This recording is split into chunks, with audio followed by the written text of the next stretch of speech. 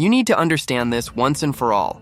Opinions are the cheapest commodity in the world because those who give them take no responsibility for the outcomes of your life. If you let yourself be guided by them, you'll end up trapped in a maze with no way out, no direction, no purpose. How many times have you heard someone say they have constructive criticism to offer? Well, that phrase only comes from the mouths of those who aren't building anything, because those who are truly busy creating something don't have time to stop their work just to meddle in someone else's project. The truth is, not all advice carries the same weight, and you shouldn't take it from just anyone. Advice is valuable when it comes from someone who's walked the path, who's lived the process, who's achieved something real and tangible. Only then is there connection, legitimacy, and experience etched in their mind that generates wisdom worth sharing. If you take advice from someone who's never walked where you want to go, who's never faced the risks you're facing, or who hasn't come back to tell you which paths to avoid, the best you'll reap is frustration and delay. Worse yet, you might start believing in limitations that aren't yours, but belong to people who gave up too soon. The voices around you will always try to convince you it can't be done, because if you ask 10 friends, 9 will say it's impossible. And if you look at your family, your ancestors, maybe none of them broke through. But the question is, will you accept living within the statistics, or will you be the one to break the curse and forge a new path? If you keep wasting hours on purposeless social media, feeding on empty conversations, and surrounding yourself with people who add nothing, rest assured, mental, emotional, and even financial poverty will take over. Not because God wills it, but because you're planting distraction and reaping barrenness. This is called cerebral obesity, an overload of worthless information that stops you from acting. The more you listen, the more confused you get, and the more confused you are, the fewer results you achieve. Look at your own life. How many times have you started something with energy and then shut off the engine? How many times have you envisioned a project but soon gave up? This happens because you still care too much about the opinions of people who have nothing to offer. If you truly want to shield your mind, it's not just about ignoring negative people, it's about connecting with the right source.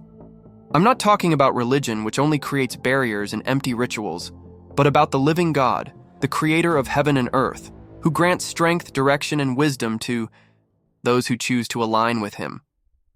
The question you need to answer is, how do you generate value, access environments of prosperity, and become someone who adds so much that the powerful want you at their table? The answer can be quick or slow, but the most solid one is always the slow one.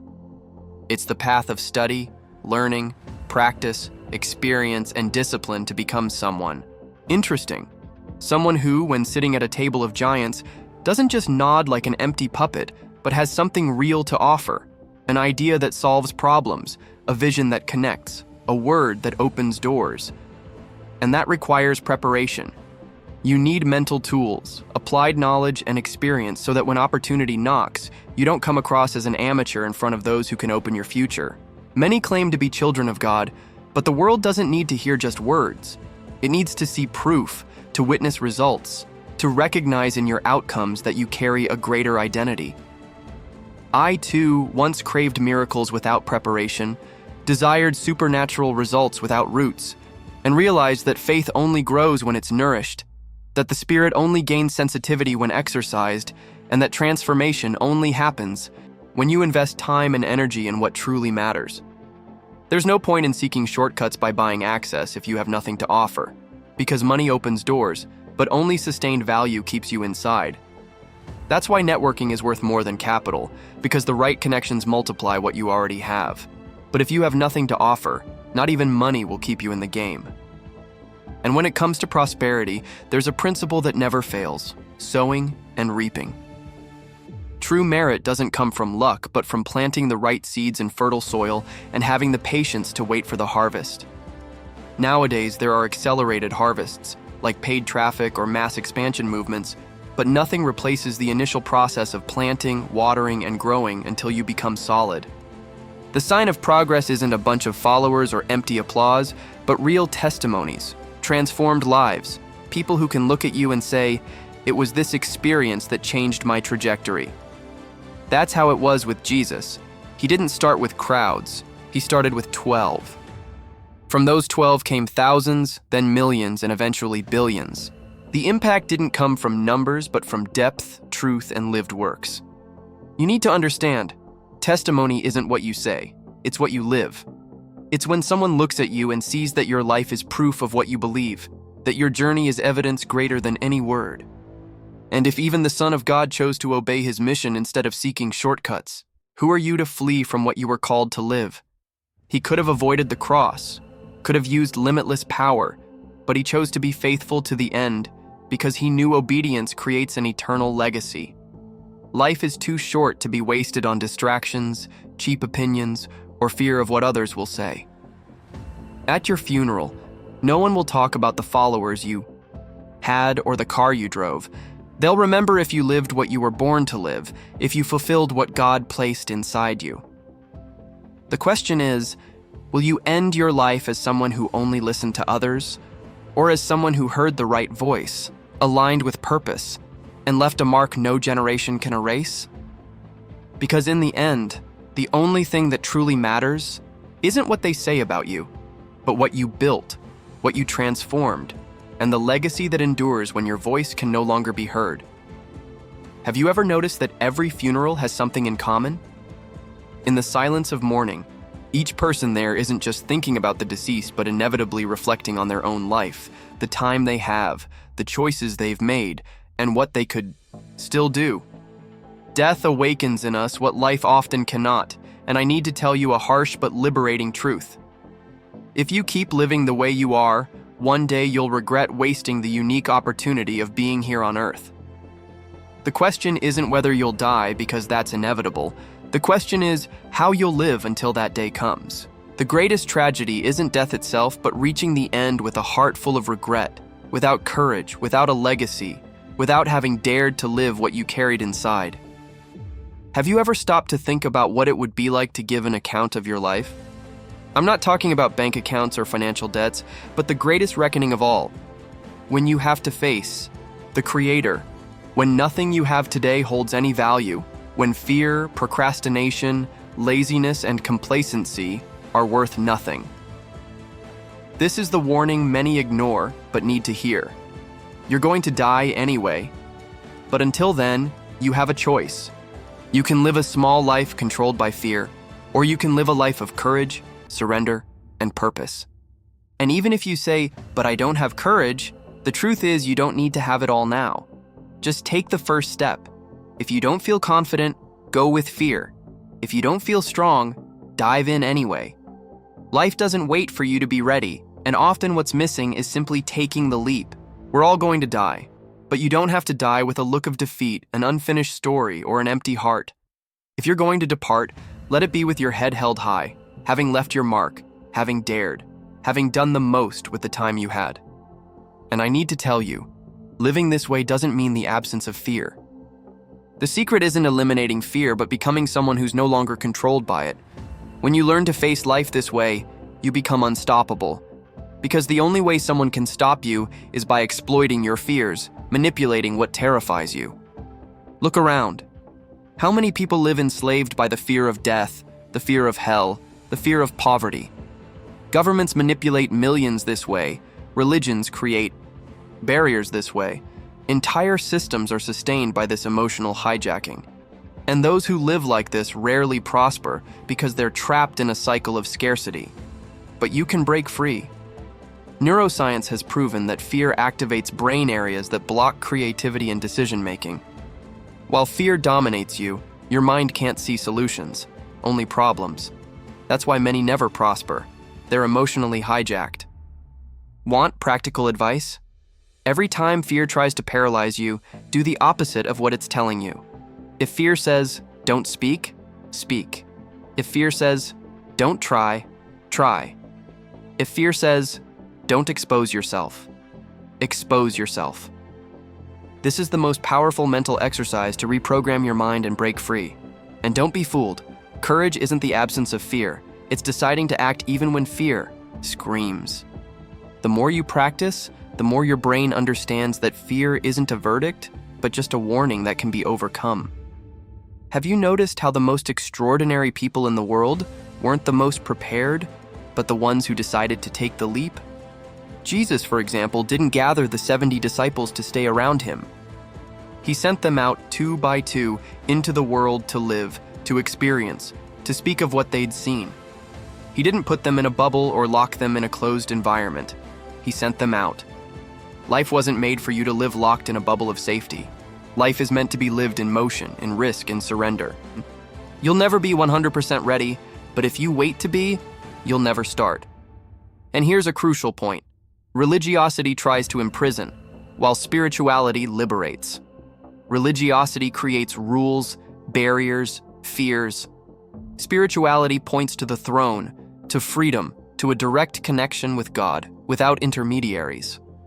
A free spirit doesn't need validation because it's already found meaning. Paul, for instance, didn't need human assemblies to be recognized. He had a direct experience, and that made him one of the greatest transformers of all time. That's living spirituality. And I want you to understand. Maybe you've been painted blue, like an entire city covered in layers of religiosity, fear, and limiting beliefs. But know that you can be cleansed step by step, thought by thought. It's a slow process, but it's possible.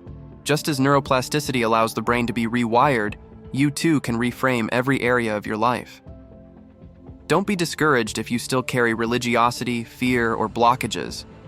That doesn't mean failure. It just means you're in the process. The important thing is not to stop, to keep cleansing, to keep breaking free. The true wealth of life isn't just accumulating, but learning to multiply, enjoy, and overflow. Multiply resources, talents, love. Enjoy what you've achieved without guilt, fear, or burden.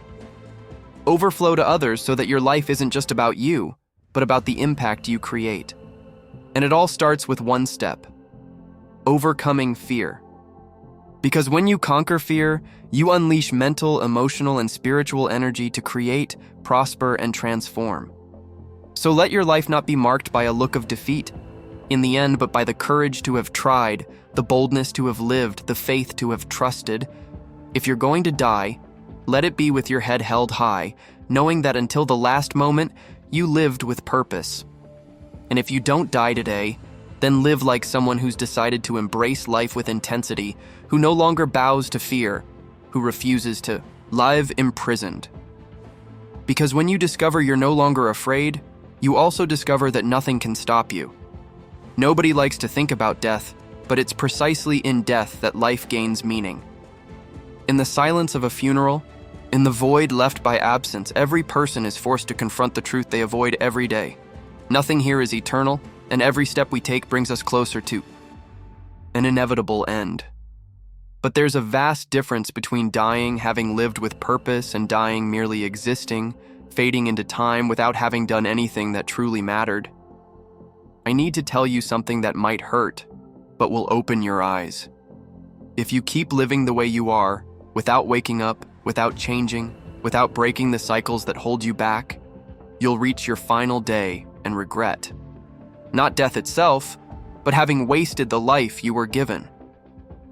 And here's the harshest part. The cost isn't just yours. If your story were only about you, it would be a smaller problem. But life is never just ours. It touches others. It pulls others along. It influences destinies.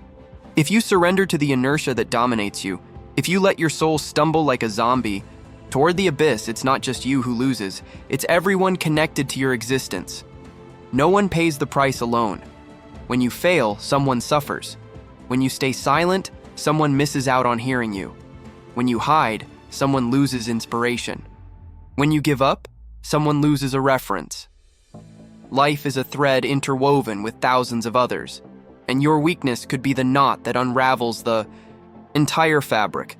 That's why I need to talk about something that might be one of the bitterest experiences a human can carry: the reckoning. There's no pain greater than reaching the end and realizing you fell short. I'm not talking about financial debts or bank accounts. I'm talking about existential debts, missions you didn't fulfill, words you didn't say, actions you didn't take, lives you didn't touch. This kind of debt can't be paid with money, can't be negotiated, can't be discounted. It's a silent demand that echoes within the soul, a demand that suffocates, tightens, consumes. I know this because I've felt that weight.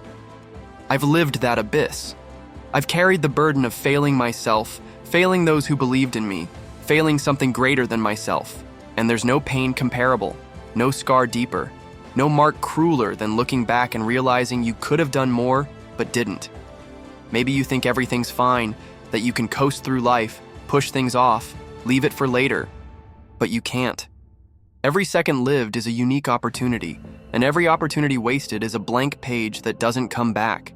Life doesn't refund, life doesn't rewrite, life doesn't wait. And when you keep postponing, procrastinating, hiding behind excuses, you're choosing, whether you realize it or not, to walk toward a reckoning that will be merciless. You might try to fool yourself saying there's still time, that you'll change one day, that you'll wake up one day, but tomorrow is never guaranteed. And if tomorrow doesn't come, what will remain? This is the question I need you to etch into your soul. If tomorrow doesn't come, are you ready to answer for today? Because this is the truth nobody likes to face. Death doesn't warn, death doesn't schedule, death doesn't send reminders. It arrives, and when it does, all empty talk falls apart, all excuses lose meaning, all masks are torn off. In that moment, a person realizes that truly living isn't about surviving, isn't about accumulating, isn't about passing unnoticed. Truly living is about fulfilling the calling you received, giving yourself, leaving a mark, inspiring, transforming, lighting up hearts that were in darkness. The mistake is thinking you can negotiate with time, escape destiny, or deceive your own conscience. You can't. And the longer you delay, the bigger the debt grows, the heavier the burden becomes, the crueler the reckoning will be. I know this might sound harsh, but it's exactly this harshness that can wake you up before it's too late. You need to understand that every choice you make today is a seed planted for the future, and every seed will sprout sooner or later, and you'll have to reap what you sowed whether you like it or not. Don't let yourself be caught off guard by a bitter harvest. Don't let the weight of the debts you've accumulated crush you. There's still time to change, still time to turn things around, still time to rewrite your story. But that time is now, not tomorrow, not later, not when it's convenient. The time is today. It's here. It's this moment. It's this breath. You have the chance to rise, to decide, to break free from inertia, to choose to truly live.